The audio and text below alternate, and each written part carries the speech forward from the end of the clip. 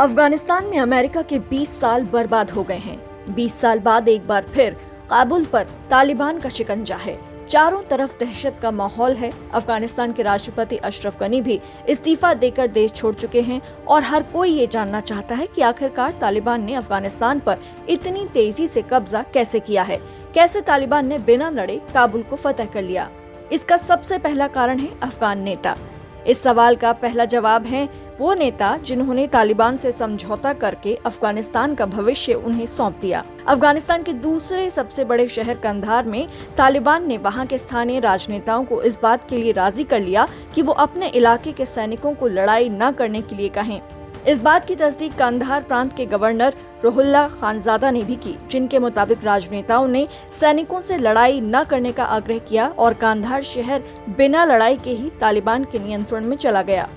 दूसरा बड़ा कारण है तालिबान की खुफिया नीति। अफगान सरकार के कमजोर पड़ने का कारण दरअसल ये रहा कि तालिबान ने गुपचुप तरीके से अफगान सेना के कमांडरों, गांव, जिलों और प्रांतीय स्तर पर अहम नेताओं से संपर्क किया। उन्हें इस बात के लिए राजी किया कि अगर वो सैनिकों से हथियार डलवा दें तो उनकी जान बख्श दी जाएगी।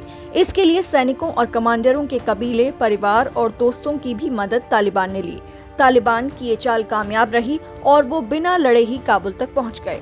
अफगानिस्तान की सरकार के कमजोर पड़ने का तीसरा बड़ा कारण रहा तालिबान का प्रोपेगेंडा। तालिबान ने काबुल फतह के लिए प्रोपेगेंडा का सहारा लिया। आम लोगों से लेकर अफगान सैनिकों के मन में ये बात घर कर गई कि आखिरकार तालिबान ही जीतेगा, इसलिए लोग बिना वजह उनसे दुश्मनी न लें, ये उनके लिए अच्छा नहीं होगा। तालिबान का ये प्रोपेगेंडा आखिरकार काम कर गया। चौथा कारण रहा सरकारी भ्रष्टाचार और अक्षम नेतृत्व। तालिबान की जीत की अगली सबसे बड़ी वजह रही सरकारी भ्रष्टाचार और अक्षम नेतृत्व। जानकारों का कहना है कि अफगानिस्तान में स्थानीय पुलिस से लेकर सेना में भयानक भ्रष्टाचार था। यहाँ तक कि सरकार समर्थक मिलिशिया बलों की भर्ती को अफगान अफसरों ने कमाई का जरिया बना लिया था। अफगानिस्तान के राष्ट्रीय सुरक्षा निदेशालय के पूर्व प्रमुख रहमतुल्लाह नबील बताते हैं कि सरकार के भीतर कुछ हलकों में वेतन को जेब में रखने के लिए घोस्ट या जिनका अस्तित्व ही नहीं है, ऐसे मिलिशिया समूह बनाए गए। सरकार की तरफ से 1000 स्थानीय मिलिशिया के लिए पैसे भेजे जाते तो भ्रष्टाचारी केवल 200 को काम पर रखकर बाकी के पैसे गटक जाते।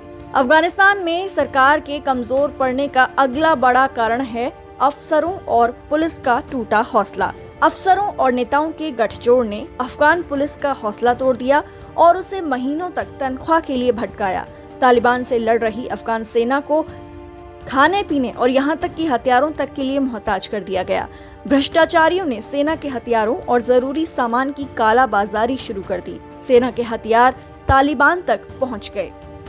अफगान सरकार के कमजोर पड़ने और तालिबान के अफगानिस्तान पर कब्जे का अगला बड़ा कारण रहा पश्तूनों के बीच तालिबान की मजबूती। 1990 के दशक के आखिर में तालिबान ने अफगानिस्तान के दक्षिण में रहने वाले पश्तूनों के बीच अपने आप को मजबूत किया। ज्यादातर जानकार इसे अमेरिकी सेना की खुफिया असफलता मानते हैं, जो तालिबान के बढ़ते प्रभाव को पहचान ही न सकी और अफगानिस्तान के आम लोगों को तालिबान के रहमो करम पर छोड़ गई। तालिबान के अफगानिस्तान पर कब्जे का अगला बड़ा कारण रहा आतंकियों की संख्या में इजाफा।